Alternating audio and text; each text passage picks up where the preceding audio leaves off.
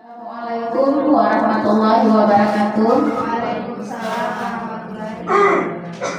Alhamdulillahirabbil alamin wassalatu wassalamu ala asrafil anbiya'i wal mursalin wa ala alihi wa sahbihi ajmain. Puji syukur kita panjatkan kehadiran Allah Subhanahu wa taala yang mana pada hari ini telah memberi kita kesehatan dan kesempatan kita dapat berkumpul di Sekolah TK Negeri 2 Rantau ini dalam rangka diseminasi budaya positif sebagai aksi nyata calon guru penggerak angkatan ke-11 Kecamatan Rantau Kabupaten Aceh Tamiang yang pada hari ini tiba saatnya Bu Sri Wahyuni untuk melakukan diseminasi budaya positif.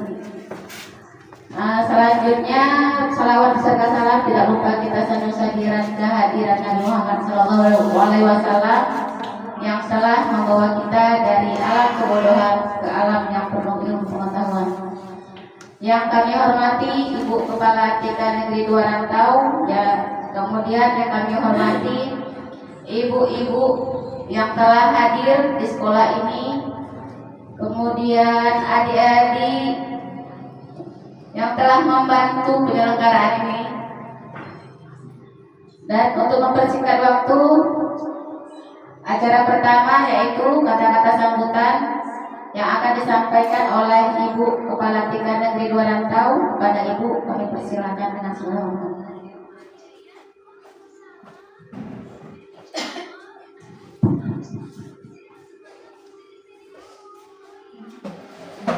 Bismillahirrahmanirrahim. Assalamualaikum warahmatullahi wabarakatuh. Waalaikumsalam warahmatullahi wabarakatuh. Alhamdulillahirabbil alamin wassalatu wassalamu ala asrofil anbiya'i wal mursalin wa ala alihi wa ashabihi ajmain. Pertama-tama dan yang paling utama, mari sama-sama kita mengucapkan puji serta syukur kita atas kehadiran Allah Subhanahu wa taala yang mana pada siang hari yang sangat berbahagia ini kita telah dapat berkumpul di TK Negeri 2 Rantau yang sangat kita cintai ini dalam rangka yaitu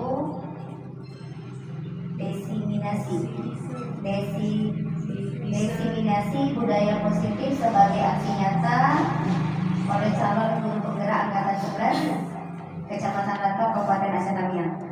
Kemudian salawat beraneka salam tak putus-putusnya kita sanjung tinggikan keharibaan Nabi besar kita Nabi Muhammad SAW beserta para sahabatnya sekalian yang telah membawa kita umat manusia dari alam kebodohan kepada alam yang berilmu pengetahuan seperti yang kita rasakan sekarang ini. Penghormatan saya kepada lembaga TK yang sudah hadir pada hari ini yaitu perwakilan guru Dewan Guru TK Negeri Pembina Rantau, kemudian dari TK Negeri 2 Rantau juga dari Sekolah Satuan Pendidikan ini.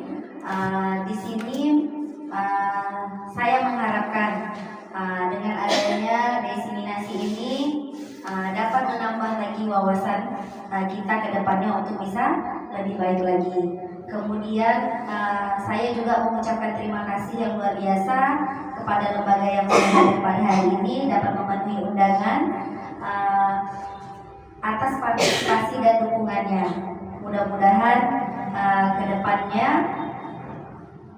program calon guru penggerak ini pengimbasan ini bisa juga dapat menambah lagi semangat untuk guru-guru TK yang teman-teman kita yang belum ikut ke depannya mudah-mudahan jadi termotivasi.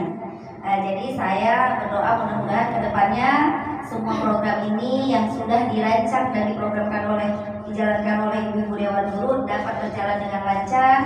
Semoga semuanya sehat-sehat, tetap semangat, dan juga insya Allah dapat menambah nilai yang lebih baik lagi, baik untuk lembaga dan juga sekolah-sekolah yang terdekat.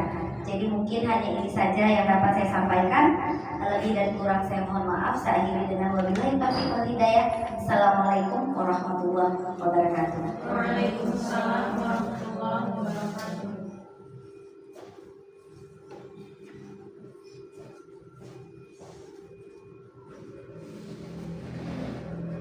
Terima kasih atas kata-kata sambutannya dari Ibu Kepala TK Negeri Warantau.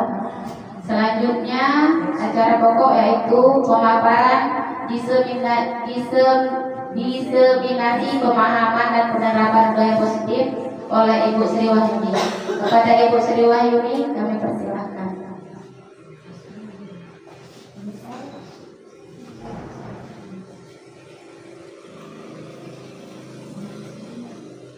Assalamualaikum warahmatullahi wabarakatuh. Waalaikumsalam warahmatullahi wabarakatuh. Terima kasih kepada ibu-ibu sekalian yang telah meluangkan waktunya pada hari ini untuk hadir menyaksikan pemaparan saya tentang aksi nyata saya di tugas aksi nyata di modul 1.4 untuk calon guru penggerak angkatan 11 Kabupaten Aceh Tamiang. Di sini saya akan menyampaikan diseminasi budaya positif sebagai aksi nyata.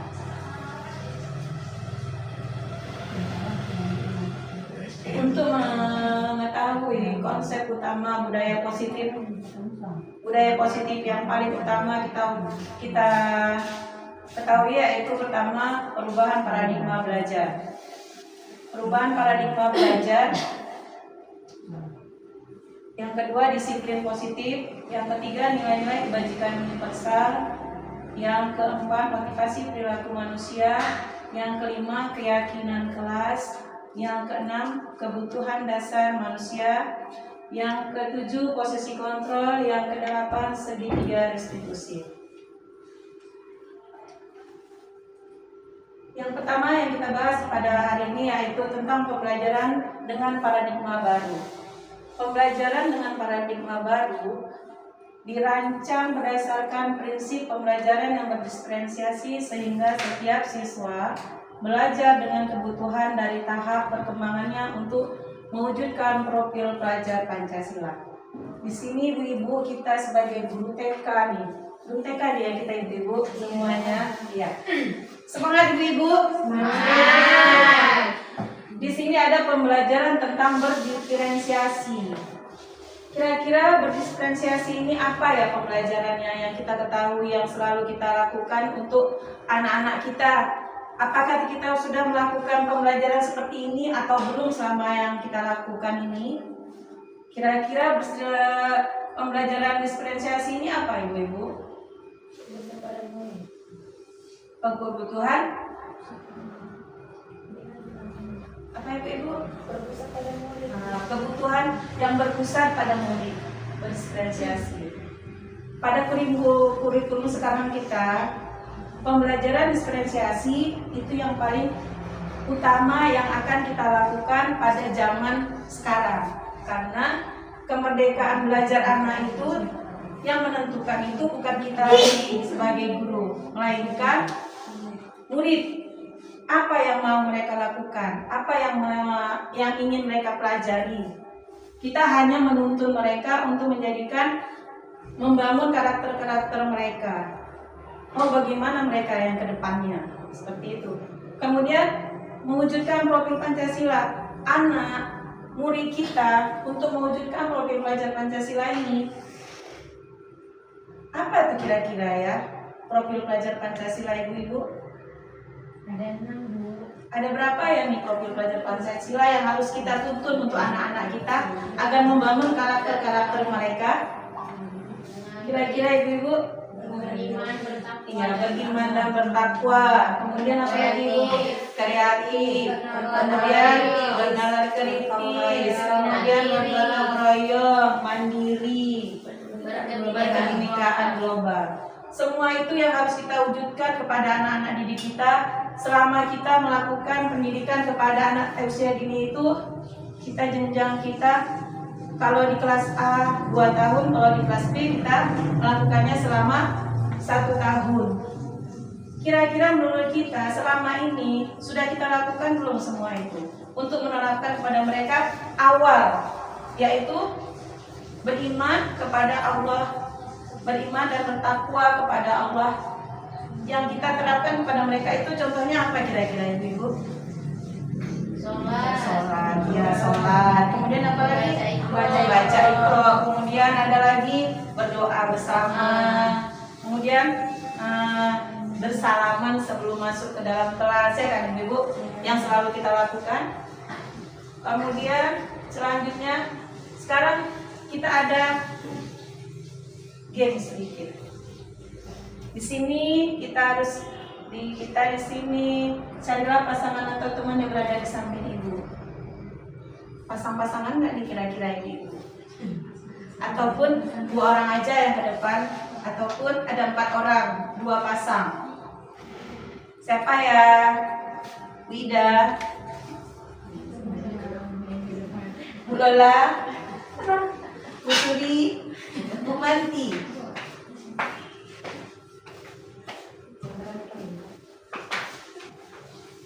Di sini kita akan melakukan permainan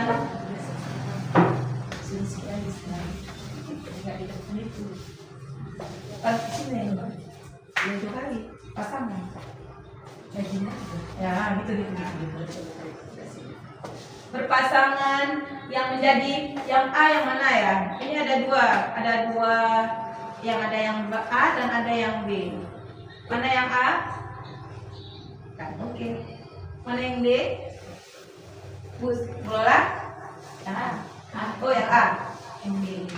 Ibu Bu Lola ya? Yang B. Sekarang yang B merayu si A. Untuk membuka kepala tangan. Tangan digenggam yang A, kemudian yang B merayu si A untuk membuka genggamannya dengan membujuk, mengancam, mas ya, membuka ya, atau menghardik, merayu, menyuap. Bagaimana caranya supaya si A mau membuka? Oke? Oke, sekarang lanjut. Kita peragakan.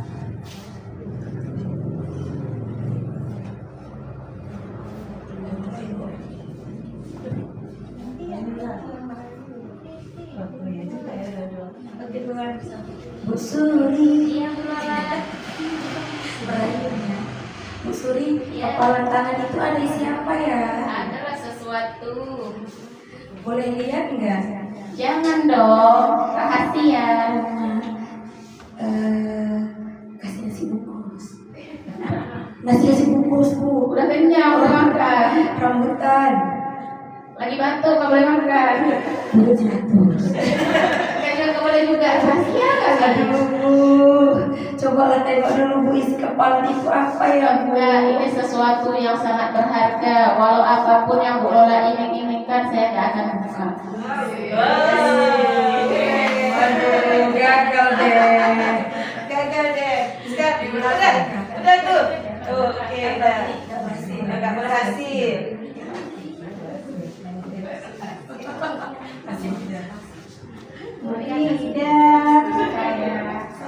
Apa tuh ya? Kok tangannya digenggam ada apanya ya? Apa ya? Boleh lihat ya?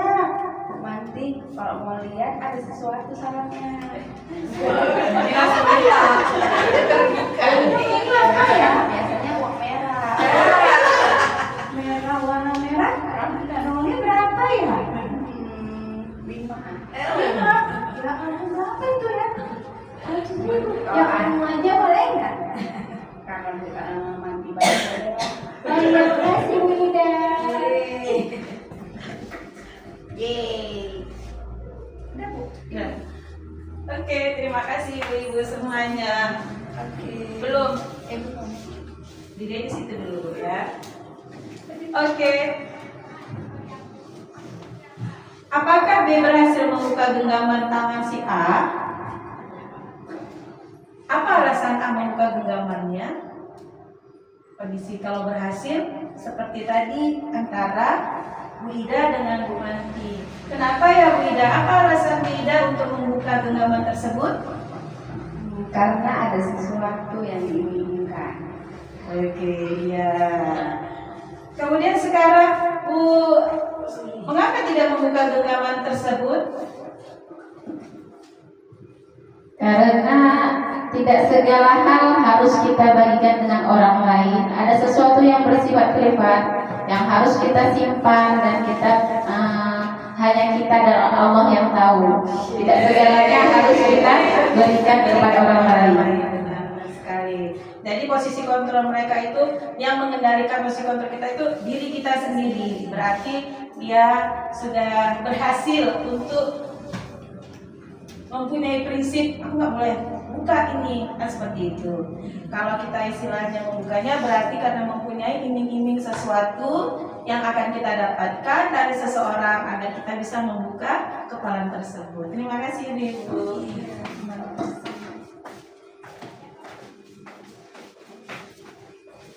Kemudian teori kontrol menurut William Glasser meluruskan beberapa miskonsepsi tentang makna kontrol. Yang pertama yaitu ilusi guru mengontrol murid. Ilusi guru mengontrol murid ini seperti apa ya kira-kira Ibu? Kalau menurut kita, menurut pemahaman kita seperti apa nih guru mengontrol murid? Bagaimana Ida? Memantau, memperhatikan murid, memberikan arahan kepadanya. Kemudian berarti anak itu harus mengikuti guru. Apa yang kita ajarkan, apa yang kita katakan, anak-anak harus mengikutinya. Seperti itu ya Bu Ida ya. Mengawasi, selalu mengawasi. Iya, kegiatan. Di sini ilusi guru mengontrol murid itu definisinya kita yang mengontrol guru murid agar murid itu mengikuti pembelajaran, misalnya pembelajaran menurut kita. Menurut kita seperti apa pembelajaran itu? Anak-anak, hari ini kita harus belajar mewarnai ya. Seperti itu. Kalau di dalam posisi kontrol di sini, guru yang mengendalikan murid agar anak-anak mengikuti kita. Seperti itu. Kemudian ini ilusi bahwa semua penguatan efektif dan bermanfaat. Apa yang kita katakan, apa yang guru lakukan, semua menjadikan manfaat kepada murid. Kemudian ilusi bahwa kritik dan membuat orang merasa bersalah dapat menguatkan karakter. Apa yang kita lakukan kepada anak sehingga mereka itu merasa bersalah. Aku tadi macam mana ya? Kok bisa ya aku ganggu kawan aku ya? Ganggu teman ya? Bagaimana ya?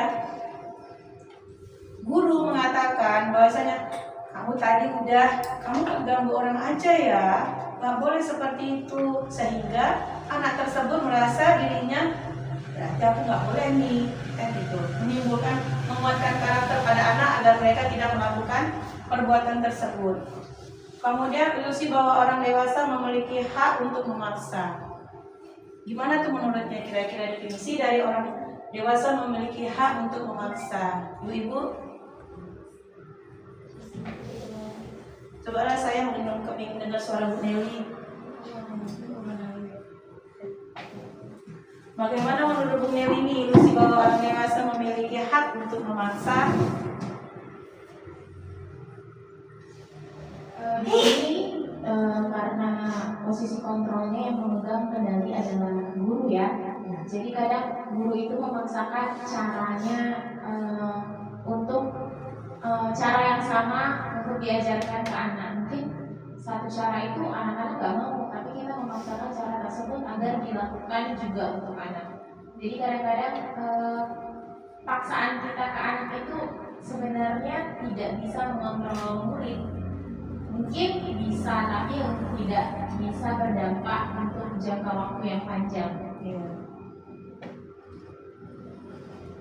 Demikian Bu. Terima kasih Bu Nelly pendapatnya. Benar, ilusi bahwa orang dewasa memiliki hak untuk memaksa. Ya tadi seperti tadi yang pertama saya bilang dari awal, ilusi guru mengontrol murid yaitu guru memaksa anak untuk melakukan pembelajaran yang mereka tidak senangi.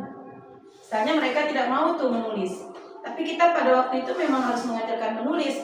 Harus nih nulis ini, kita sampai selesai. Siapa yang mau bisa nulisnya cantik, nanti cepat pulang. Seperti itu biasanya Ibu ya, kita ya. Kemudian ini kita merubah paradigma stimulus respon. Jika kita ingin merubah diri kita itu agar menjadi lebih baik dengan mengatakan bahwa realitas kebutuhan kita itu sama. Di sini stimulus responnya realitas kebutuhan kita itu sama, teori kontrolnya realitas kebutuhan kita itu berbeda. Menurut ibu-ibu kira-kira cocok nggak nih kira-kira ya? Sama nggak kebutuhan kita semua nih pada akhirnya kebutuhan kita itu mempunyai kebutuhan beda-beda ya kan ibu-ibu. Setiap anak, setiap kita ya kan. Kemudian semua orang melihat hal yang sama. Teori kontrolnya setiap orang memiliki gambaran yang berbeda. Seperti itu. Karena semua orang itu melihat pandangannya bahwasanya si Fulan itu dia itu menurut kita dia itu jelek. Tapi menurut kita dia itu cantik. Seperti itu. Perbedaan pandangan. Semua itu pasti ada perbedaan pandangan antara kita ya kan. Kemudian kita mencoba mengubah orang agar berpandangan sama dengan kita. Bisa ibu-ibu kira-kira? Tidak ya. Kita berusaha memahami pandangan orang lain tentang dunia. Paling tidak kita harus menghargai apa pendapat mereka. Seperti itu ya ibu-ibu. Pendapat mereka dan kita harus menghargai pemahaman mereka itu seperti itu. Kita maunya seperti ini. Bisa kita gabungkan kira-kira semua pandangan itu sama? Tidak. Semua pandangan itu berbeda-beda untuk memahami sesuatu. Kemudian perilaku buruk dilihat sebagai suatu kesalahan. Semua perilaku memiliki tujuan. Setiap kita melakukan kesalahan, semua itu mempunyai hikmah. Di balik kesalahan kita melakukan kesalahan tersebut. Seperti itu ibu-ibu. Kira-kira pernah nggak ibu-ibu mengalami melakukan kesalahan yang akhirnya setelah kita membuat kesalahan, di balik kesalahan tersebut, rupanya ini ya, maka saya buat salah. Seperti itu ya ibu. Pernah nggak kira-kira? Bu Lola kira-kira pernah nggak Bu Lola?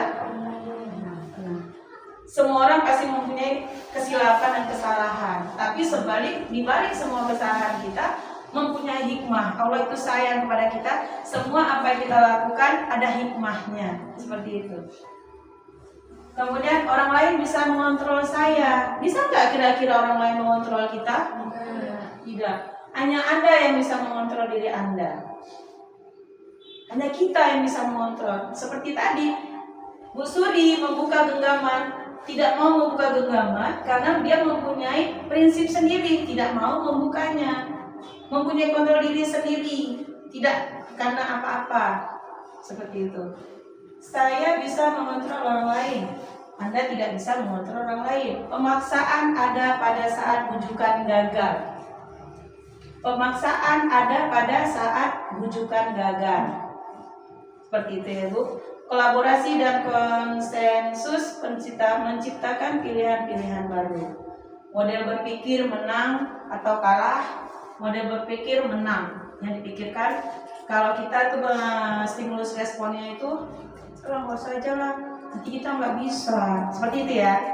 Sebelum berperang sudah menyerah. Tapi kalau teori kontrolnya, saya harus berjuang dulu. Setelah kita melakukan perjuangan, setelah itu kita kalah, Allah yang telah menentukan segalanya. Seperti itu ya Bu. Jadi kita lakukan dulu mengerjakan sesuatu, jangan kalah sebelum berperang. Kemudian yang kedua yaitu tentang disiplin positif. Semangat ibu-ibu. Semangat. Kepala dulu saya mau tahu semangatnya gimana. Tepuk semangat. Semangat. Anak TK kalau udah dibilang semangat, semua semangat kalau udah tepuk semangat. Ini karena kita udah kesiangan ya Bu Ibu.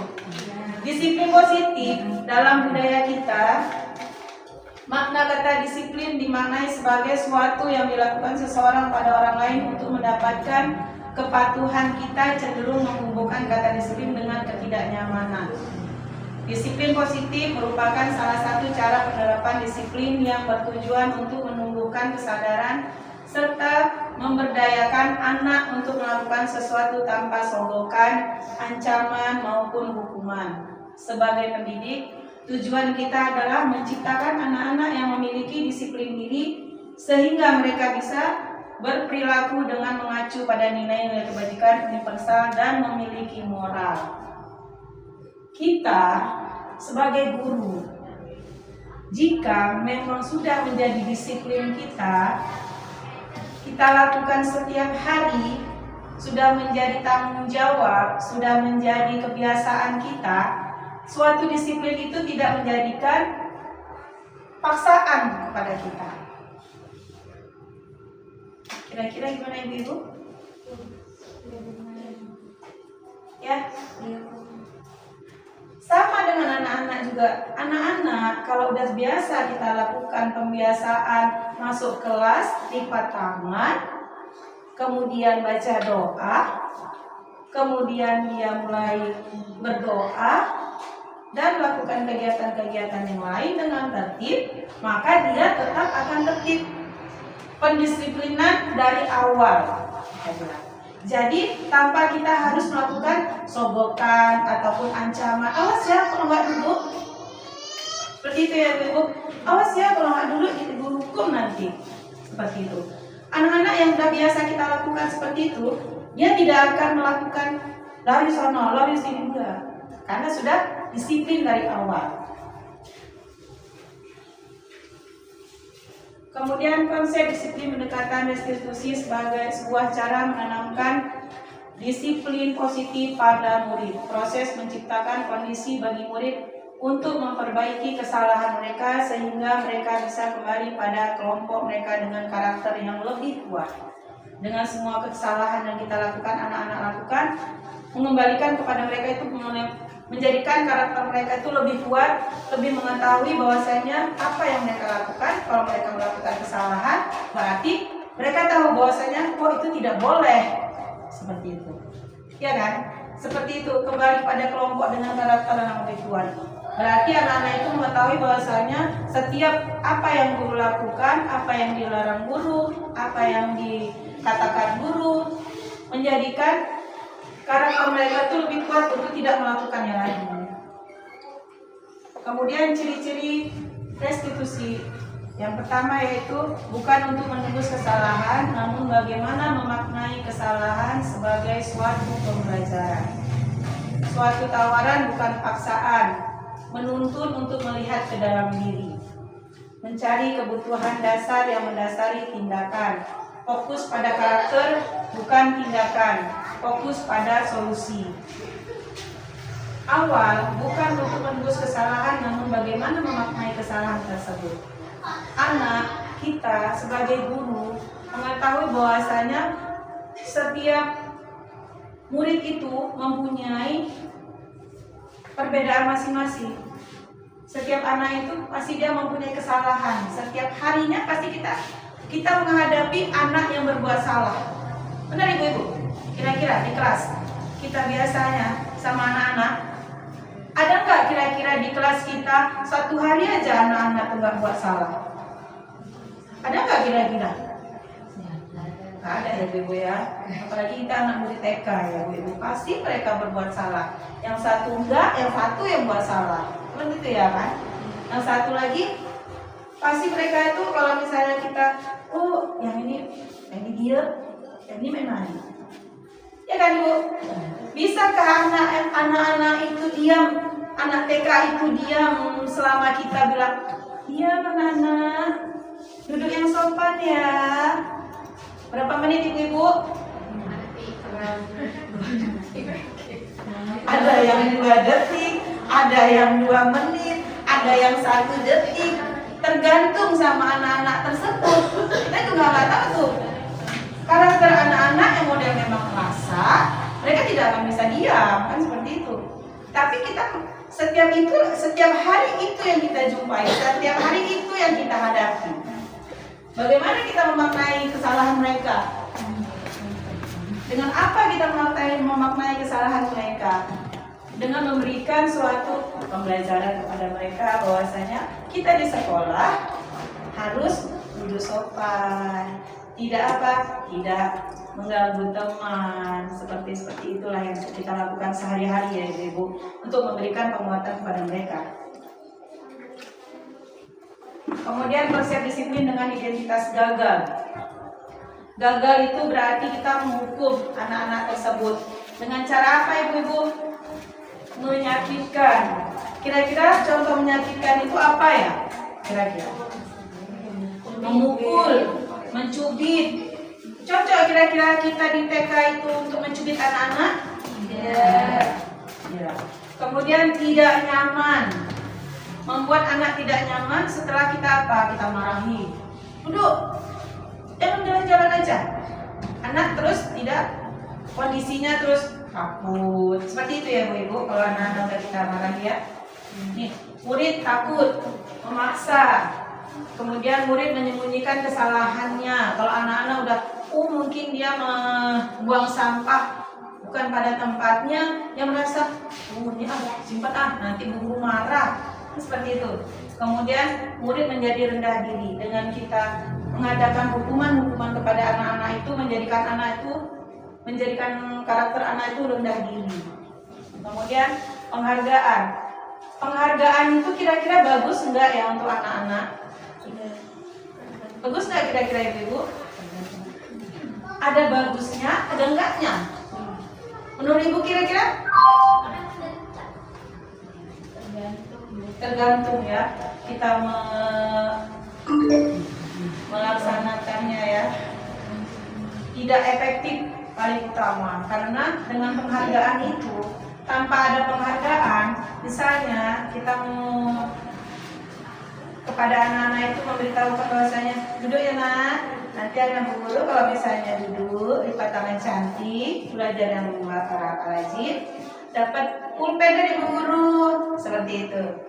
Kemudian pada waktu kita nggak memberikan pulpen kepada anak tersebut mau dia belajar, mau dia duduk sopan, tidak.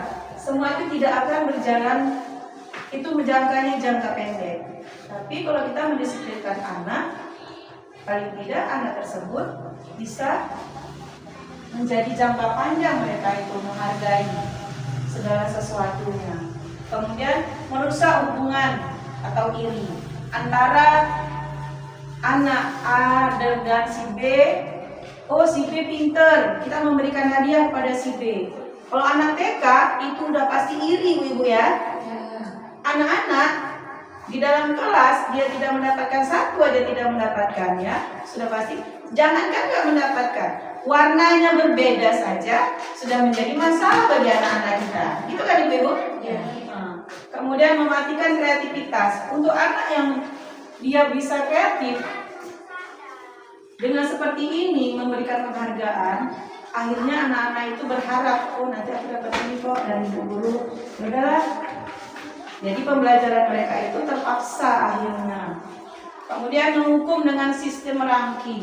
Ranking ini ada ranking 1, ada ranking 2. Alhamdulillah di TK, di PAUD kita tidak ada sistem ranking. Semua anak pembelajaran itu sama semua. Asesmen anak semua insya Allah walaupun berbeda, tapi tidak ada menurut ranking 1, ranking 2, dan ranking 3 ya Ibu ya. Kemudian merampas hak menghargai diri. Dengan anak-anak kita tuh memberikan penghargaan kepada mereka, memberikan hadiah kepada mereka, menjadikan mereka tuh, udahlah, aku nggak usah aja lah, aku nggak pandai. Percaya dirinya juga kurang. Kemudian konsep disiplin dengan identitas sukses. Seperti ini. Konsekuensi penguatan jangka pendek. Penguatan jangka pendek tadi konsekuensinya yaitu kita tuh memberikan anak seperti tadi penghargaan untuk duduk sopan itu sebentar aja. Kalau kita kita kasih lagi hadiah-hadiah tersebut, mereka pasti ikut. Ya kan Bu? Kemudian perlu mentoring berkelanjutan. Murid menghormati peraturan, kehilangan waktu untuk merenungi kesalahan. Kemudian restitusinya murid bertanggung jawab atas perilakunya. Fokus pada pemecahan masalah jangka panjang murid menghormati dirinya dan orang lain. Teori kontrol, murid bersemangat memperbaiki kesalahannya. Ini konsep disiplin yang sudah sukses. Kita kalau misalnya kita melakukannya itu dengan hukuman, seperti tadi yang kita bilang, bahwasanya dengan hukuman itu dapat mematikan karakter anak. Kemudian yang seperti ini identitas sukses bisa membuat anak itu lebih bersemangat untuk memperbaiki kesalahan-kesalahan mereka. Kemudian perbedaan kasus siswa tidak bertanggung jawab pada alat bermain. Hukuman, guru menghukum murid dengan berdiri di depan kelas. Guru marah dan siswa takut. Seperti itu yang kita lakukan. Biasanya ini untuk anak SD dulu ya. Untuk anak SD. Kalau untuk di TK kita sepertinya insya Allah alhamdulillah guru TK tuh baik-baik semuanya. Sabar-sabar semuanya kita menghadapi anak-anak kita sehari-hari. Seperti menghadapi anak-anak kita di rumah. Kemudian restitusinya, guru menanyakan keyakinan kelas dan membantu murid merapikan permainannya. Seperti itu kita kan ibu-ibu? Iya. Nah, kita sudah lakukan yang seperti ini. Alhamdulillah, guru terbuka dan murid menghormati dirinya dan orang lain. Itu restitusinya. Kemudian konsekuensinya, guru memberikan konsekuensi untuk merapikan semua mainan. Sebagian anak mungkin ada yang tidak, ada yang parah kita bilang anak-anak TK kita. Bolak-balik kita kasih tahu, kok kamu aja. Ada sebagian anak-anak yang seperti itu, cuman karena kita guru TK menghadapi anak seperti anak sendiri, tetap kita harus ikut melakukannya, merapikan mainan-mainan tersebut, membantunya. Seperti itu ya Ibu. Guru tegas dan murid menghormati peraturan. Ada sebagian anak yang seperti itu. Beresin mainannya, nanti Bu Guru marah. Tuh peraturannya apa tuh? Harus merapikan mainan. Seperti itu. Anak ada yang enggak, ada yang tidak. Karena apa? Setiap anak itu mempunyai pandangan yang berbeda-beda. Kemudian yang ketiga, nilai-nilai kebajikan. Nilai-nilai yang disepakati bersama terlepas dari suku bangsa, karena bahasa maupun latar belakangnya. Profil pelajar Pancasila, toleransi, rasa hormat, integritas, mandiri, saling menghormati, antusias, empati, keingintahuan, kreativitas, kerjasama, percaya diri, dan komitmen. Keterampilan hidup dapat dipercaya lurus hati, pendengar yang aktif, tidak merendahkan orang lain, memberikan yang terbaik dari diri. Semua ini dari awal kita sebagai guru TK, sebagai guru PAUD, yang paling utama kita lakukan yaitu untuk mendidik anak-anak tersebut menjadi profil pelajar Pancasila. Kemudian kita melihat perbedaan antara suku bangsa anak, walaupun katanya dia itu dari suku Jawa. Kalau suku Jawa itu rajin-rajin loh. Itu dari Aceh. Kalau Aceh itu dia kadang-kadang males, kadang-kadang rajin. Ada perbedaan antara suku bangsa mereka. Yang memang setiap anak mempunyai perbedaan. Kemudian yang keempat, motivasi perilaku manusia. Motivasi merupakan dorongan yang timbul pada diri seseorang secara sadar atau tidak sadar untuk melakukan suatu tindakan dengan tujuan tertentu. Universitas dalam bukunya Restoring School Discipline mengatakan ada 3 motivasi perilaku manusia: menghindari ketidaknyamanan dan hukuman. Kemudian nih, murid melakukan disiplin dikarenakan dia takut dihukum atau masih menggunakan motivasi intrinsik dari luar. Kita, guru aja, ada nggak kira-kira yang masih termotivasi dengan intrinsik nih? Intrinsik nih, ada nggak kira-kira Ibu? Ini murid melakukan disiplin dikarenakan takut karena hukuman. Ada ya Ibu? Kita sebagai guru pun, sebagai pengajar pun masih ada yang sifatnya seperti ini kadang-kadang. Tapi kadang-kadang Ibu, Kan seperti itu ya. Sekarang guru-guru itu termotivasi karena apa? Karena ada pinjer. Ya ibu-ibu, gara-gara ada pinjer, terakhir datangnya cepet. Oh cepet nih, aku mau pinjer. Nanti telat nih gara-gara pinjer. Itu masih apa? Masih termotivasi dari luar. Kenapa? Dia melakukan kedisiplinan mereka itu dengan takut hukuman terlambat PSW. Seperti itu ya Bu. Kemudian mendapatkan imbalan atau penghargaan dari orang lain. Murid melakukan disiplin diri karena ingin mendapatkan imbalan. Ini masih juga merupakan motivasi ekstrinsik. Kenapa? Anak melakukan sesuatu itu dengan mengharapkan penghargaan ataupun imbalan dari kita seorang guru, ataupun guru sedang mengharapkan imbalan dari seorang kepala sekolah. Oh ya, nanti aku nilai bagus nih.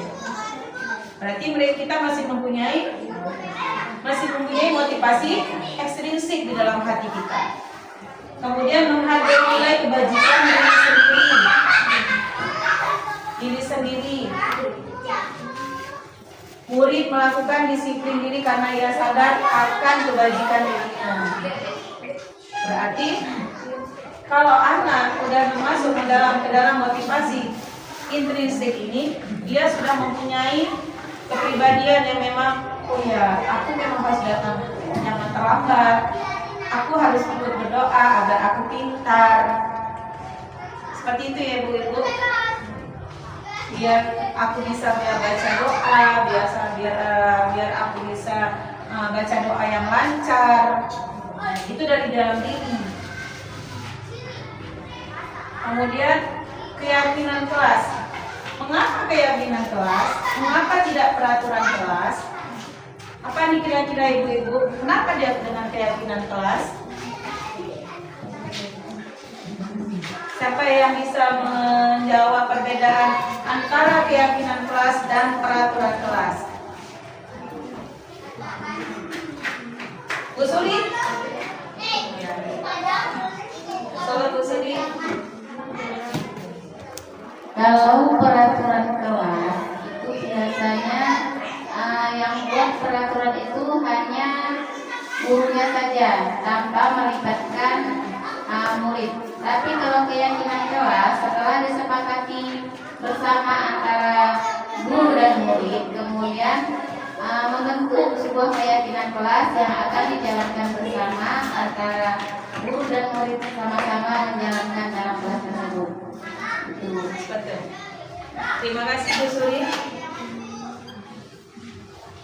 Keyakinan kelas sebenarnya yang telah dikatakan Bu Suri tadi, keyakinan kelas setelah ada peraturan yang kita jalani, kemudian keyakinan kelas peraturan itu yang ditimbulkan oleh guru dan murid serta yang sehari-hari kita lakukan itu adalah keyakinan kelas. Seperti itu ya kan, peraturan kelas. Kemudian bagaimana menentukan keyakinan kelas? Yang pertama itu yaitu berdiskusi memunculkan peraturan yang perlu ditaati oleh warga kelas. Contohnya misalnya apa kira-kira keyakinan kelas anak PAUD itu ya, yang paling utama kita biasanya lakukan untuk keyakinan anak-anak, ibu-ibu. Apa tuh kira-kira yang biasanya tidak boleh buang sampah sembarangan. Biasa yang paling utama seperti itu ya. Kemudian mencarikan peraturan menjadi nilai kebajikan keyakinan kelas. Misalnya ya tadi seperti membuang sampah pada tempatnya. Berdiskusi mengubah peraturan menjadi kalimat yang positif. Setelah kita lakukan bersama-sama keyakinan kelas tersebut, maka kita menjadikan kalimat yang rendah, yang pendek. Misalnya, dilarang buang sampah sembarangan. Seperti itu. Kalau yang menjadi kalimat yang positif, membuang sampah pada tempatnya. Seperti itu ya Ibu ya. Kemudian mencarikan peraturan menjadi nilai-nilai kebajikan keyakinan kelas. Yang ketiga. Kemudian yang keempat, berdiskusi mengenai gambaran perilaku yang mencerminkan keyakinan kelas. Kita harus melakukan keyakinan kelas itu, peraturan kelas itu. Di dalam kelas ini kondisi kita bagaimana? Anak-anak kita bagaimana? Itu yang kita harus buat untuk anak-anak tersebut menjadi keyakinan mereka. Sehingga kelas itu nyaman, aman untuk kita melaksanakan pembelajaran. Kemudian yang kelima, berdiskusi mengenai peran seluruh warga kelas. Peran seluruh warga kelas itu siapa aja? Guru dan murid. Kita yang melakukannya. Kemudian meninjau ulang keyakinan kelas dari waktu ke waktu. Keyakinan kelas kita itu bisa berubah-ubah, Ibu. Bisa. Kenapa? Sesuai dengan kebutuhan kita di kelas. Keyakinan itu bisa berubah, bisa kita buat kembali setelah adanya, misalnya nih, pada tahun ini anak-anak kita itu sepertinya, oh ada peraturan ini lagi yang kita tambahkan. Biasanya setiap tahunnya itu pasti kita punya pencerahan. Apa ya kira-kira yang kedepannya seperti itu. Setiap tahunnya itu pasti ada perubahan. Kemudian prosedur keyakinan kelas, yaitu mempersilahkan peserta didik murid untuk memberikan pendapat tentang peraturan yang perlu disepakati di sekolah atau di kelas. Yaitu mencatat, kita tanya apa ya yang harus kita sepakati ya hari ini ya. Seperti ya tadi, tidak boleh mengganggu teman, tidak boleh buang sampah sembarangan, bicara sopan. Kita tulis, kemudian mencatat semua masukan para murid di papan tulis atau di kertas besar, di mana semua murid bisa melihat hasil curahan pendapat mereka. Kemudian susunlah keyakinan-keyakinan sesuai prosedur pembentukan keyakinan kelas. Gantilah kalimat-kalimat dalam bentuk negatif menjadi positif. Kemudian setelah keyakinan kelas selesai dibuat, maka murid kelas mempersilahkan meninjau ulang dan menyetujui dengan menempelkan tanda bintang pada keyakinan kelas tersebut. Ya seperti misalnya seperti ini ya kita di kelas PAUD, kita mempunyai keyakinan kelas yang sudah disepakati oleh warga kelas, kemudian kita tempelkan di dinding kelas, yang menjadikan anak-anak itu, oh ini kita tidak boleh apa ya, harus bicara sopan, kemudian pendengar yang baik, kemudian bertanggung jawab. Kalau di sini keyakinan kelas B2, duduk tertib, sayang teman, mau berbagi, seperti itu. Kemudian setelah kita selesaikan semua kesepakatan antara warga kelas, antara murid dan guru, baru kita tempelkan di dinding kelas di tempat yang mudah dilihat semua warga kelas. Peraturan kelasnya ini, kalau di sini kita dilarang terlambat. Anak TK boleh nggak terlambat, Ibu? Biasanya anak-anak ya. Kadang pas kebetulan lagi mood, dia nggak mau dia terlambat ke sekolah. Kami mau baca doa, Bu. Kami mau baca doa, Bunda. Mau baca doa sama Bu Guru. Jadi mereka tidak akan terlambat. Pasti dia bangunnya, oh saya harus bangun cepat supaya tidak terlambat. Kemudian dilarang buang sampah sembarangan. Itu sudah pasti. Kemudian memakai seragam, dilarang berebut mainan, dilarang mengganggu teman, dilarang berbicara tidak sopan. Kemudian yang keenam yaitu kebutuhan dasar manusia. Kebutuhan dasar manusia adalah segala sesuatu yang kita lakukan untuk mendapatkan apa yang kita inginkan. Seluruh tindakan yang kita lakukan memiliki tujuan tertentu dan semua usaha terbaik yang kita lakukan adalah dalam rangka mewujudkan kebutuhan dasar kita terpenuhi. Kira-kira kebutuhan dasar kita itu apa ya ibu-ibu? Ibu-ibu aja lah sekarang nih. Mempunyai kebutuhan dasar nggak ya? Cobalah Bu Ida, kebutuhan dasar Bu Ida apa ya kira-kira menurut Bu Ida?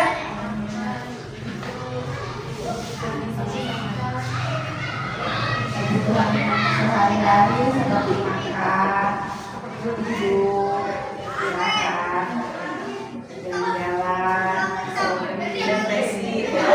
Ya, itu masuk ke dalam kebutuhan dasar ya. Terus, ya. Terima kasih.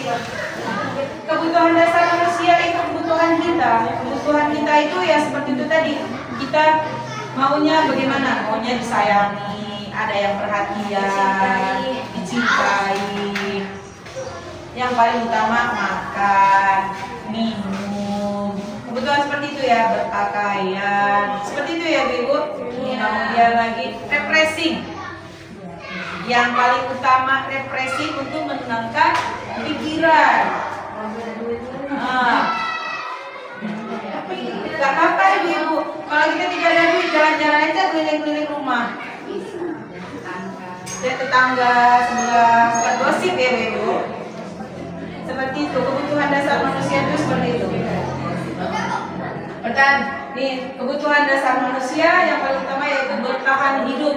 Yaitu tadi makan, pakaian, tempat tinggal, kesehatan, kemudian kasih sayang dan rasa diterima, kemudian penguasaan harga diri, keinginan untuk dianggap menjadi pemimpin, sebagian kebebasan, mandiri memiliki pilihan mencoba hal baru, mampu mengendalikan arah hidup seseorang. Kemudian kesenangan, bermain, humor, antusias, tertawa. Inilah kesenangan yang kita masukkan ke dalam refreshing kita. Ya kan Ibu? Tanpa ada kesenangan ini, bagaimana kita sebagai manusia? Stres kita semuanya. Tidak dapat menghadapi kehidupan kita. Lelah yang berkepanjangan yang akhirnya menimbulkan penyakit bagi kita semua. Seperti itu. Jadi ini, walaupun kebutuhan yang dasar semuanya ada, tanpa ada kesenangan itu tidak akan komplit sebuah kebutuhan dasar manusia. Ya, di sini kita ada 5 kebutuhan dasar manusia. Kita lihat videonya bersama-sama. Salam dan bahagia Ibu dan Bapak guru hebat. Untuk membangun budaya sekolah yang positif dengan lingkungan yang aman dan mendukung murid untuk menjadi pribadi yang berdaya, seimbang, dan bahagia, salah satu upaya yang dapat dilakukan oleh guru adalah memahami kebutuhan dasar yang mendasari perilaku murid. Pada video kali ini, kita akan membahas tentang 5 kebutuhan dasar manusia.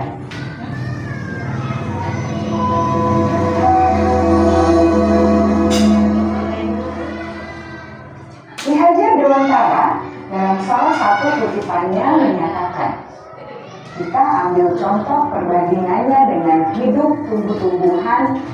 Seorang petani dalam hakikatnya sama kewajibannya dengan seorang pendidik yang menanam padi misalnya. Hanya dapat menuntun tumbuhnya padi. Ia dapat memperbaiki kondisi tanah, memelihara tanaman padi, memberi pupuk dan air, membasmi ulat-ulat atau jamur-jamur yang mengganggu hidup tanaman padi, dan lain sebagainya. Ketika guru memahami kebutuhan apa yang mendasari perilaku murid, dan guru berusaha menuntun dan mendukung murid dalam memenuhi kebutuhannya secara positif, pada hakikatnya guru tersebut ibarat seorang petani yang sedang berusaha memahami kebutuhan masing-masing tanaman, dan ia berusaha memenuhi kebutuhan tanaman tersebut agar dapat tumbuh dengan subur dan maksimal. Dr. William Glasser, seorang psikiater dari Amerika Serikat, menyatakan bahwa seluruh tindakan manusia memiliki tujuan tertentu, yaitu memenuhi kebutuhan dasarnya. Ketika kelima kebutuhan dasar telah terpenuhi secara memadai, maka murid akan tumbuh dengan seimbang dan bahagia. Sebaliknya, ketika kebutuhan dasar tidak terpenuhi dengan baik, maka seseorang akan mengalami emosi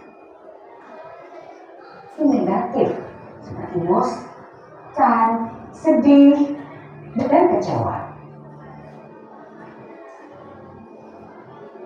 Bahkan mereka dapat melakukan perbuatan yang bertentangan dengan nilai-nilai kebajikan atau melanggar peraturan. Dengan kata lain, perilaku buruk seseorang biasanya adalah respons dari kebutuhan yang tidak terpenuhi. Namun, mereka tidak tahu cara untuk menyampaikannya. Ada 5 kebutuhan dasar manusia menurut Dr. William Glasser, yaitu yang pertama, kebutuhan untuk bertahan hidup atau survival. Yang kedua, kebutuhan untuk merasa diterima atau love and belonging. Yang ketiga, kebutuhan akan kebebasan atau freedom. Yang keempat, kebutuhan akan kesenangan atau fun. Dan yang kelima, kebutuhan akan penguasaan atau power.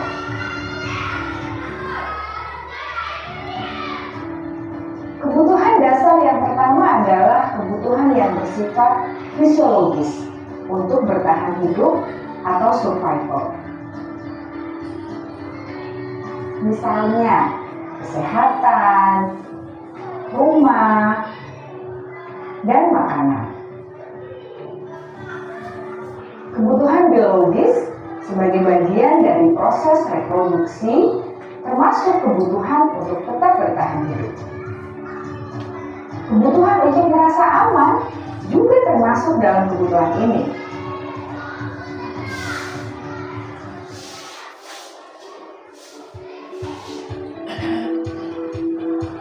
Agar murid dapat belajar dengan baik, kebutuhan mereka akan merasa aman, pangan, sandang, dan papan harus terpenuhi. Bagaimana mungkin mereka dapat belajar dengan baik bila mereka datang ke sekolah dengan perut yang lapar atau bila rumah mereka kebanjiran?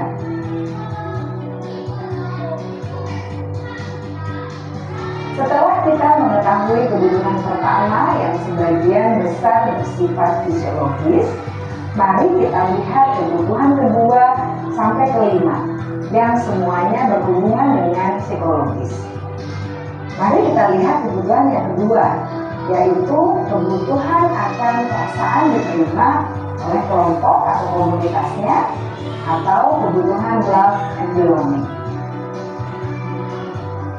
Kebutuhan ini meliputi keinginan untuk tetap terhubung dengan orang lain seperti teman, keluarga, teman kerja, dan kelompok di mana kita tergabung. Setiap murid ingin menjadi bagian yang berharga dari kelas dan juga sekolah. Mereka juga ingin diterima oleh orang lain dan kelompoknya. Bahkan, murid yang terlihat paling cuek pun jauh di dasar hatinya pasti ingin merasa diterima. Sebagai guru, seharusnya kita dapat menerima murid kita apa adanya, sesuai dengan kodratnya. Karena setiap murid adalah unik. Mereka memiliki kekuatannya masing-masing, sehingga guru seharusnya bisa menciptakan kesempatan untuk murid berkolaborasi dan memiliki ikatan emosi satu sama lain. Murid-murid yang memiliki kebutuhan yang besar untuk merasa diterima, biasanya mereka belajar karena suka pada gurunya, dan mereka juga suka bekerja dalam kelompok. Kebutuhan yang ketiga adalah kebutuhan akan kebebasan atau kebutuhan membuat pilihan. Murid harus diberi kesempatan untuk membuat pilihan dan bertanggung jawab atas pilihan yang mereka telah ambil. Memberi mereka kebebasan bukan berarti membiarkan mereka melakukan apa saja yang mereka mau, melainkan lebih memberi mereka kesempatan untuk membuat pilihan, menyuarakan pendapat mereka dengan percaya diri, dan memberi mereka kesempatan untuk mencoba hal-hal yang baru.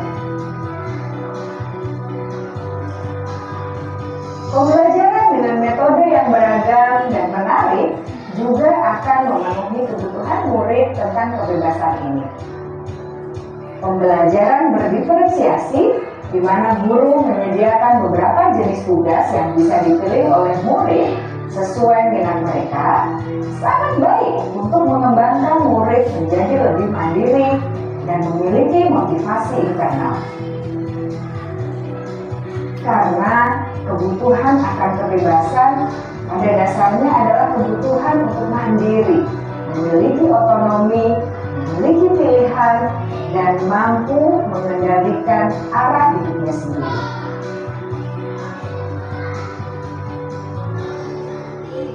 Kebutuhan yang keempat adalah kebutuhan akan kesenangan. Bayangkan Bapak Ibu, hidup tanpa rasa senang. Betapa menyedihkannya. Glasser menghubungkan kebutuhan akan kesenangan dengan belajar. Jangan sepelekan kebutuhan murid untuk merasa senang di kelas.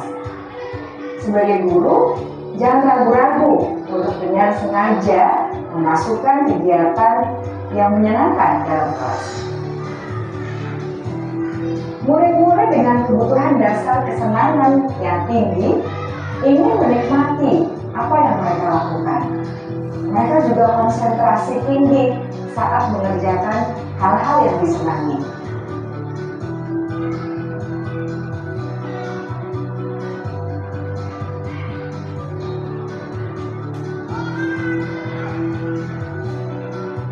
Kebutuhan yang kelima adalah kebutuhan akan penguasaan. Setiap murid memiliki kebutuhan untuk merasa kompeten, menjadi terampil, diakui pencapaian dan keterampilannya, didengarkan, bisa membuat dampak dan pengaruh, dan memiliki rasa harga diri.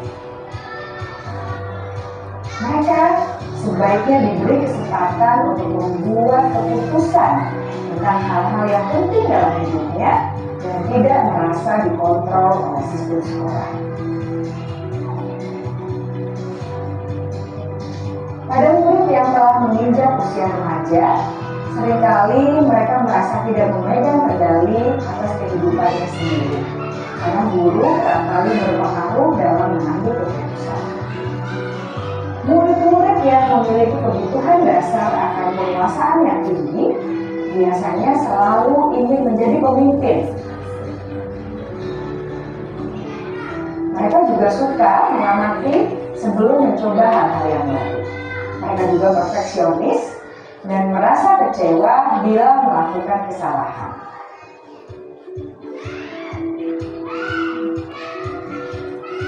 Ibu dan Bapak guru sangatlah penting bagi kita untuk mengetahui kebutuhan dasar murid-murid, agar kita memahami alasan dibalik sikap dan tingkah laku mereka. Bila murid berperilaku buruk atau melanggar peraturan, sehingga tindakannya tidak sesuai dengan nilai-nilai kebajikan, maka guru harus mencari tahu alasan yang mendasari tindakan tersebut dan kebutuhan apa yang belum terpenuhi. Melalui percakapan dengan guru dalam pendekatan disiplin positif, murid dapat diajak untuk bersikap reflektif dalam mengenali kebutuhan-kebutuhan yang berusaha mereka penuhi dan mendasari tindakan mereka. Jika guru mengabaikan perilaku buruk murid-murid, maka perilaku tersebut akan berpengaruh pada suasana kelas yang kurang kondusif dan akan berpengaruh pada tujuan dari pendidikan itu sendiri. Ibu, Bapak guru hebat, mari kita menjadi guru yang lebih baik dengan memahami kebutuhan dasar murid-murid kita dan senantiasa membimbing mereka untuk menjadi pribadi yang berdaya, seimbang, dan bahagia. Salam dan bahagia, Ibu dan Bapak guru hebat.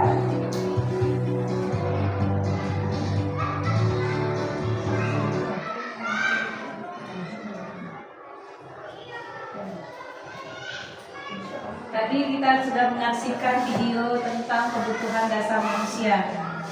Yang kita lihat bahwa kebutuhan dasar manusia itu banyak ya Ibu-Ibu.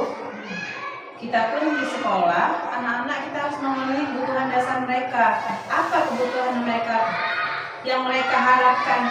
Istilahnya kebutuhan apa yang mereka butuhkan. Jadi kita harus mengetahui setiap anak itu mempunyai kebutuhan masing-masing, perbedaan, mempunyai kebutuhan yang berbeda setiap anak. Kemudian yang ketujuh, posisi kontrol. 5 posisi kontrol restitusi. Yang pertama yaitu sebagai penghukum. Yang pertama sebagai penghukum, yaitu yang kedua pembuat rasa bersalah. Yang ketiga sebagai teman, yang keempat sebagai pemantau, dan yang kelima sebagai manajer. Kira-kira menurut ibu-ibu, posisi kita itu yang udah di mana ya? Sebagai guru, posisi kontrol itu kita di bagian yang mana? Apa kita sebagai penghukum, atau pembuat rasa bersalah kepada anak, atau sebagai teman terhadap anak, atau sebagai pemantau yang cuma lihat aja kejadian. Kemudian sebagai manajer yang selalu ada, yang selalu menemani anak setiap kegiatan, setiap permasalahan. Kira-kira ibu-ibu di posisi yang mana ya? Kira-kira kita di posisi yang mana ya ibu-ibu sebagai posisi kontrol kita sebagai seorang guru? Bagaimana kira-kira ibu-ibu? Sebagai teman. Sebagai teman. Bu Suri sebagai teman. Kalau Bu Lola kira-kira sebagai apa ya? Sebagai pemantau. Kalau Bu Nana sebagai apa kira-kira? Manajer? Kalau Bu Inun sebagai apa? Kalau biasanya pemantau. Sebagai teman, sebagai pemantau. Karena kalau kita di sekolah, kalau untuk anak PAUD sebagai penghukum, nggak datang lagi besok ada sekolahnya, ya kan?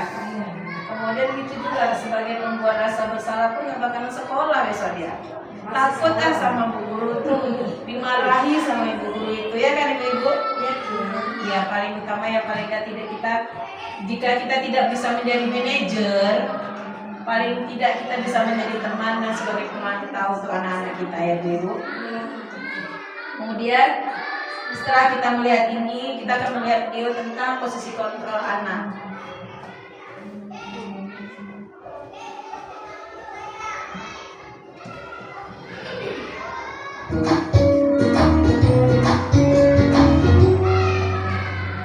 Salam bahagia Ibu dan Bapak Guru hebat.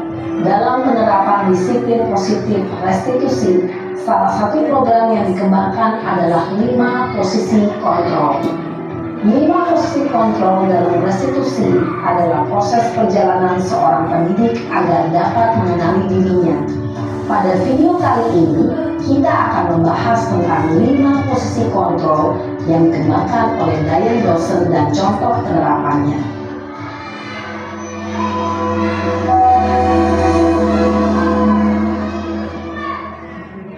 Lima posisi kontrol itu adalah 1.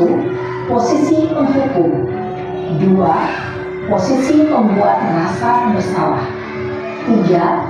Posisi teman, 4. Posisi pemantau atau monitor, dan 5. Posisi manajer.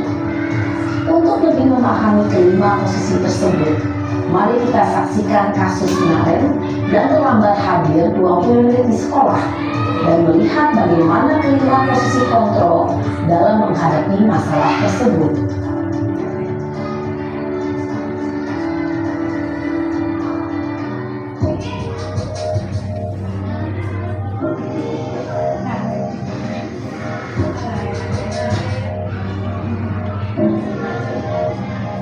Naren! Sini kamu! Selamat pagi Bu. Selalu terlambat. Kamu deh, pasti terlambat. Maaf Bu, saya Apa? Apa coba? Alasan kamu apa lagi? Kapan sih kamu tidak terlambat? Malah sekali ya kamu jadi anak.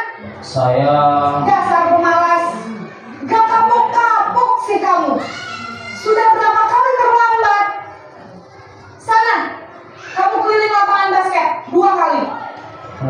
saya harus pilih lapangan basket, Bu?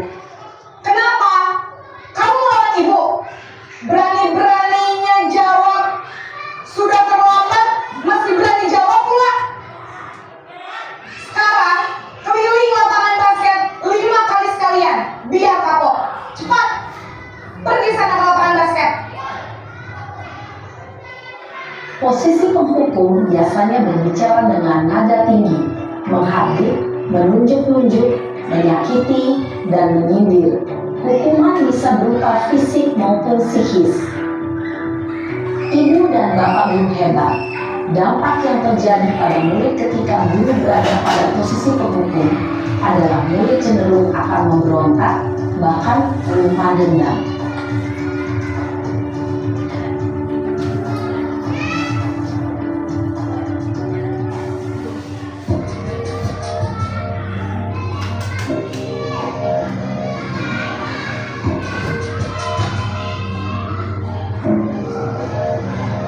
Naren!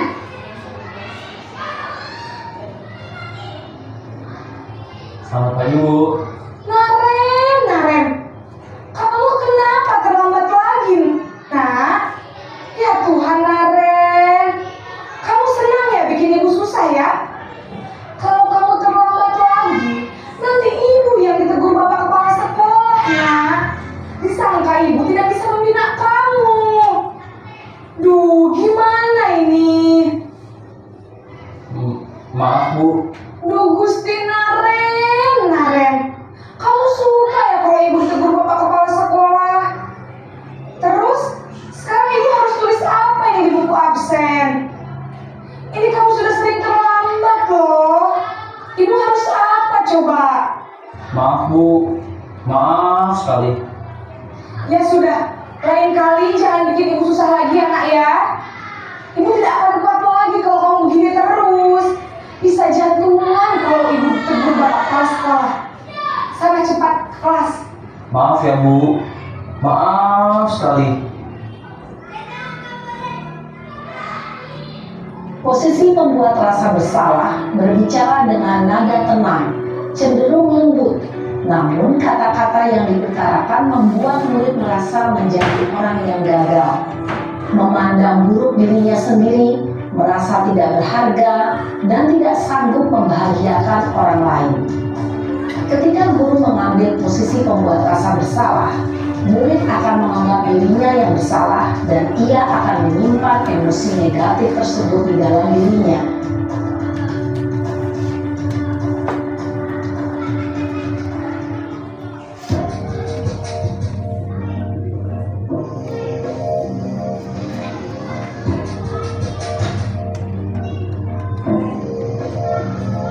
Naren!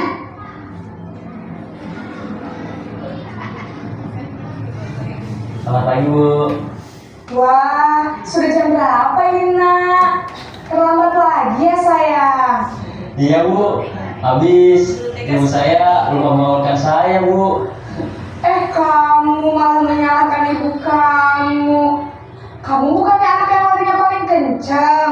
Kok terlambat sih? Iya, Bu. Saya memang terlambat bangun tadi. Jadi biarpun saya lari kencang, tetap gak kekejar, Bu. Ya sudah sana. Nanti lain kali larinya lebih kencang lagi ya. Biar gak terlambat lagi. Bikin seneng ibu. Demi ibu. Bisa kan? Bisa lah, Bu. Ya sudah sana masuk kelas. Ibu beresin urusan absen kamu. Kamu ini ada-ada saja. Dalam posisi teman, guru berbicara dengan nada suara ramah, akrab, cenderung bersenda gurau untuk menjaga suasana tetap santai. Murid akan merasa senang, aman, dan akrab dengan guru. Identitas yang tercipta adalah identitas sukses atau berhasil. Namun, perlu diingat, karena ini masih dorongan eksternal, maka ada faktor ketergantungan dari murid kepada orang tertentu. Di sini, guru absennya, sehingga di lain waktu, murid bisa berperilaku baik, namun hanya kepada orang-orang tertentu saja.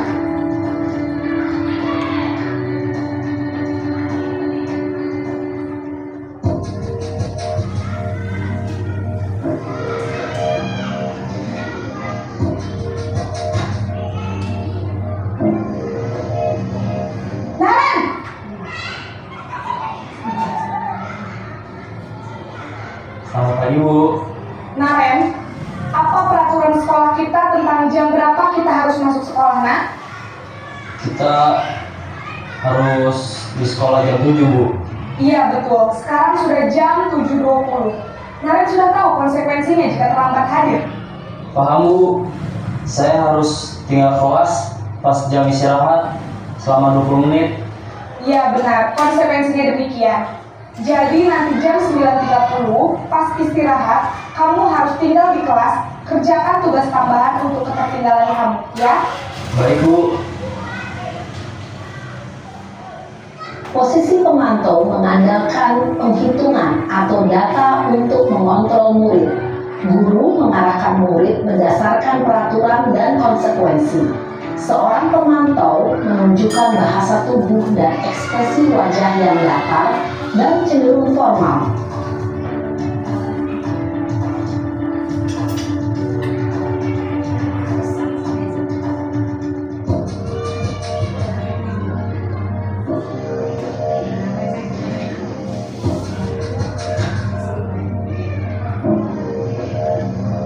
Naren!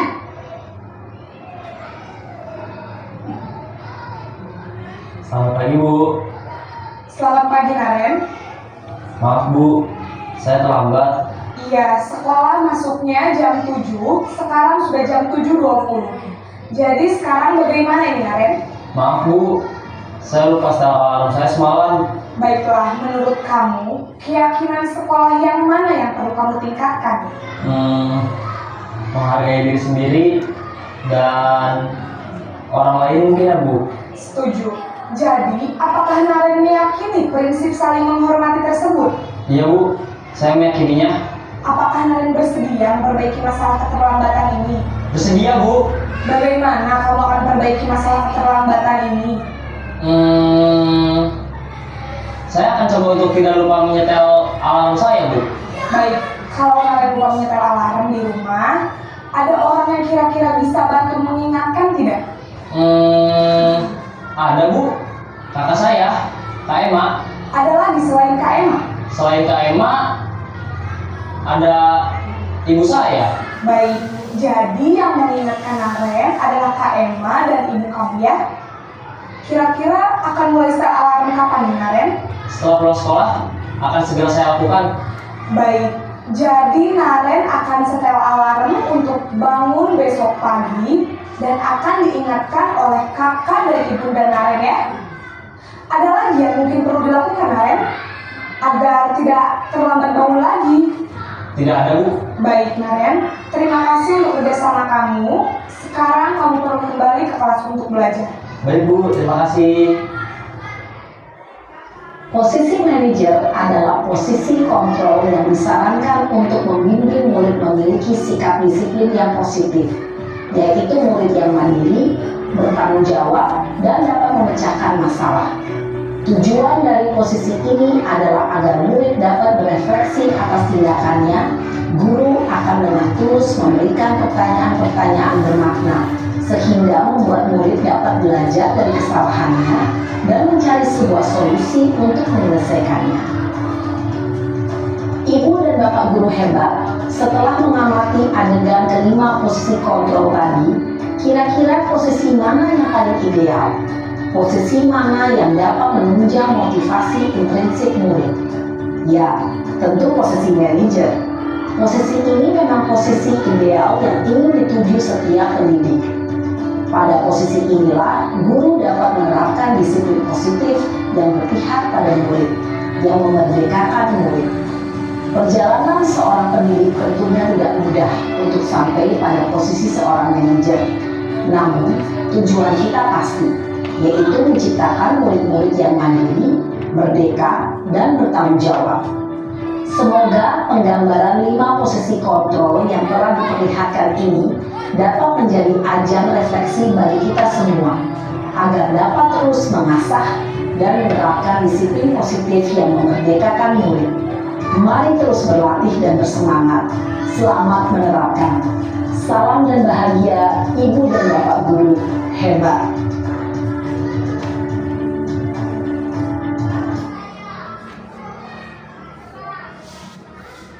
Setelah kita melihat video tadi, kira-kira kita sudah meyakini di dalam diri kita bahwasanya kita tuh dalam posisi yang mana ya, yang menurut kita itu memang untuk berpihak kepada murid yang bisa membimbing muridnya nanti menjadi lebih baik.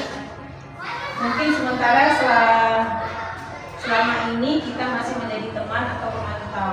Paling tidak kita berusaha agar bisa menjadi posisi kontrol pada manajer ya Ibu.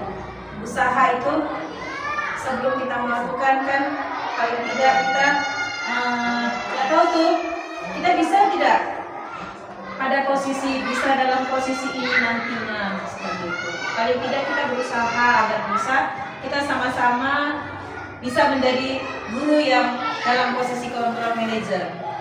Semangat Ibu-ibu.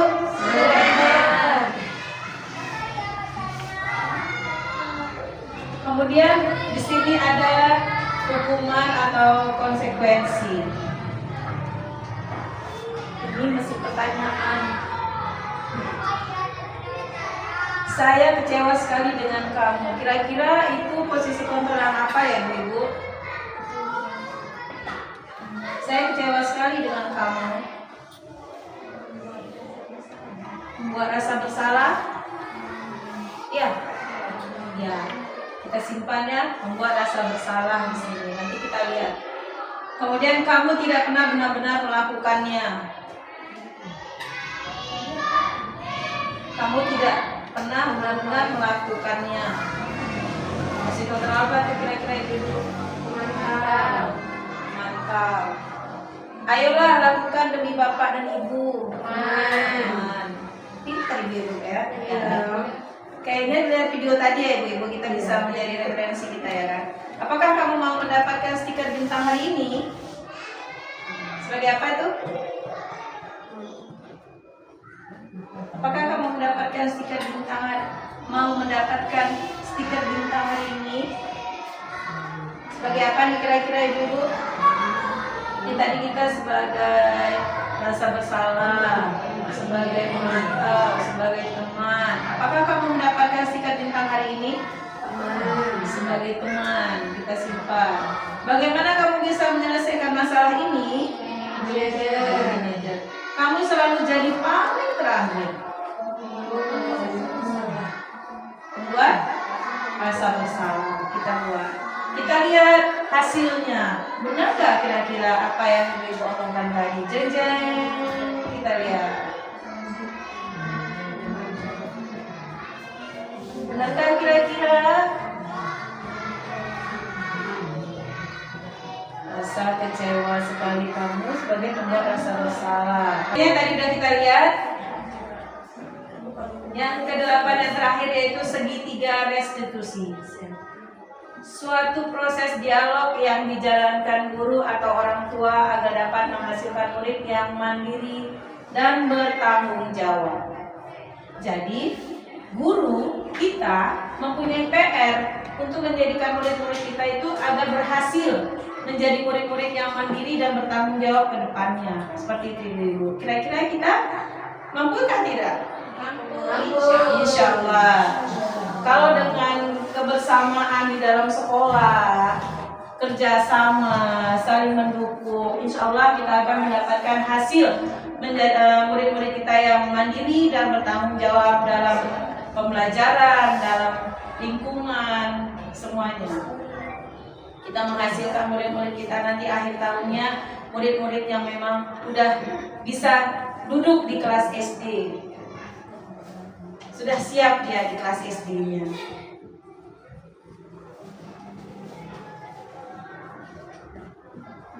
Terima kasih. Mungkin demikian pemaparan saya sampai di sini.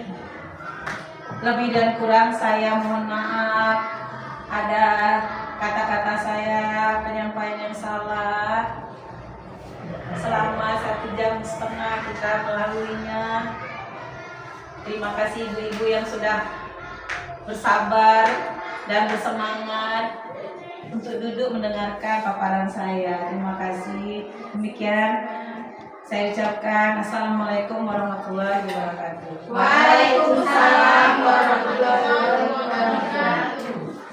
Demikianlah pemaparan diseminasi budaya positif yang telah dipaparkan oleh Ibu Sri Wahyuni. Semoga mencerahkan kita semua dan semoga bisa mengimpas dan memotivasi guru-guru yang belum mengikuti pendidikan guru penggerak agar bisa tahun kedepannya juga bisa mengikuti kegiatan pendidikan guru penggerak. Demikian acara kita hari ini. Terima kasih atas segala perhatiannya. Terima kasih waktu yang telah diberikan untuk kami semua. Saya akhiri dengan wabillahi taufiq wal hidayah. Assalamualaikum warahmatullahi wabarakatuh. Waalaikumsalam warahmatullahi wabarakatuh. Hari ini Bu Guru kita mau buat keyakinan kelas sebelum kita mulai bermain, belajar bersama. Hari ini, ayo sebelum kita melakukannya, kenapa ya kita harus melakukan kegiatan keyakinan kelas? Supaya kelasnya apa? Nyaman,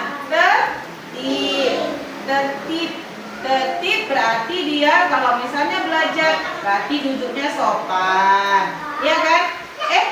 Duduknya sopan. Hari ini hari apa ya?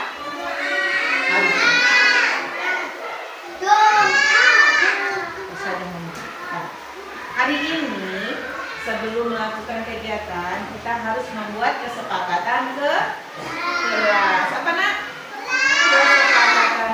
Kesepakatan kelas. Hari ini pertama kita harus apa ya? Apa ini? Ayo berbicara santun, nggak boleh marah-marah sama teman-temannya, ya kan? Nah, kemudian menjadi apa ini? Menjadi pendengar yang baik. Kalau Bu Guru bercerita, kalau Bu Guru mengajarkan, anak Bu Guru lipat tangan, dia dengarkan Bu Guru bicara. Pinter. Kemudian Ayasi ini apa ya? Bertanggung jawab. Apa itu bertanggung jawab? Iya. Kalau siap bermain, beresin mainannya. Kalau ada kegiatan mewarnainya diselesaikan. Oke? Iya. Kemudian ini apa ya? Kali siapa nih? Duduk tertib. Apa ini Ali? Alex ini apa? Iya. Bisa duduk tertib? Bagaimana ya cara duduk tertibnya tuh Bu? Lipat tangannya. Pintar sekali. Kemudian ini apa ya?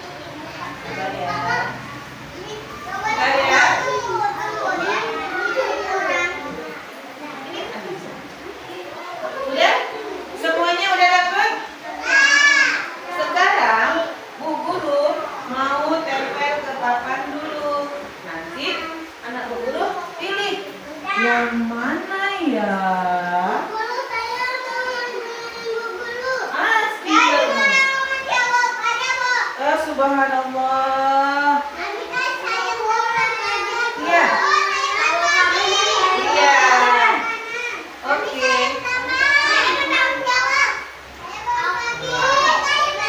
Sabar ya.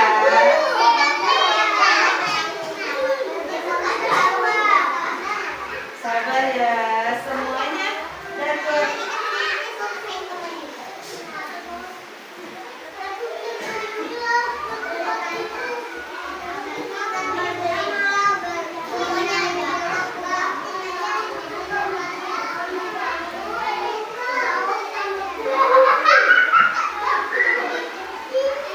Mana yang mendengar yang baik?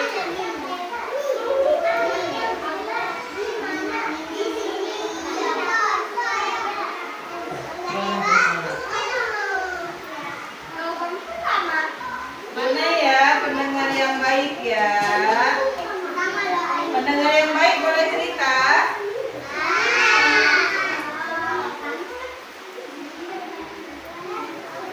Oke. Oke, sekarang anak Bu Guru satu-satu tempel ke depan. Mau pilih yang mana ya? Coba dulu Abijah dulu. Yang mana? Mana ya? Oh, dia mau berbagi. Abijah? Al, adik Ai? Yang mana adik Ai? Oh, bertanggung jawab. Ih, subhanallah. Tas dulu lah. Tas dulu lah. Iya, ayah sih. Ih, bertanggung jawab. Ayah sih, mana? Ih, iya. Asa. Iya, bicara santun. Oke. Bara. Yang mana ya Bara ya? Ini ya. Ih, pinternya. Sayang teman Bara dia. Alwi.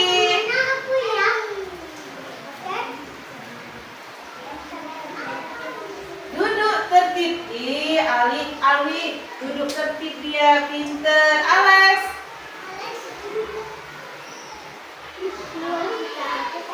Pendengar yang baik is pinter. Ih, Rizky. Oh, Rizky, apa tuh Ki? Namanya Ki? Hah? Sayang teman. Oke. Ica. Ica mana? Ica mau yang mana?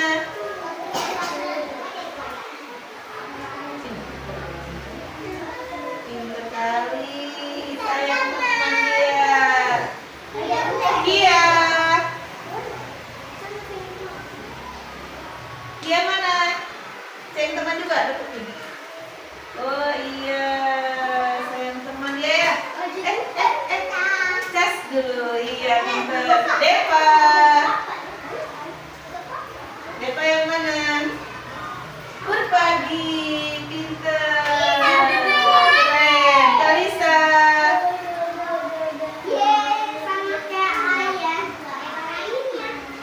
Mana ya? Kalisa ya. Yang mana Kalisa? Oh, sayang teman juga. Ih, temannya. Yara.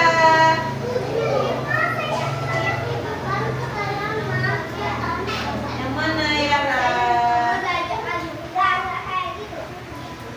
Oh, sayang teman juga. Banyak ya yang sayang teman ternyata ya. Kemudian Ija. Banyak ya yang sayang teman. Oh, sayang teman juga. Ya Allah. Ija? Iya. Satu lagi. Mana? Mana? Oh, ini ya. Bertanggung jawab. Ya, iya. Fatin.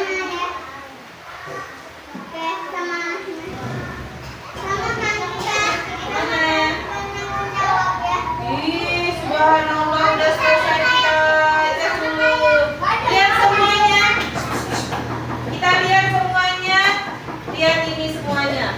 bagi. Ada berapa orang ya? Yang berbagi ya? Lihat, bicara satu. Ada berapa orang bicara satu? Ada satu orang. Kemudian pendengar yang baik. Ada satu orang. Kemudian bertanggung jawab. Ada satu, dua, tiga. Ada tiga. Kemudian ini duduk tertib. Ada berapa? Ada satu. Kemudian siapa lagi ya? Kemudian tadi duduk. Iya, duduk. Apa ini? Duduk tertib. Ada satu. Kemudian sayang teman. Sayang teman ada berapa orang ya? Ada satu, dua, tiga, empat, lima,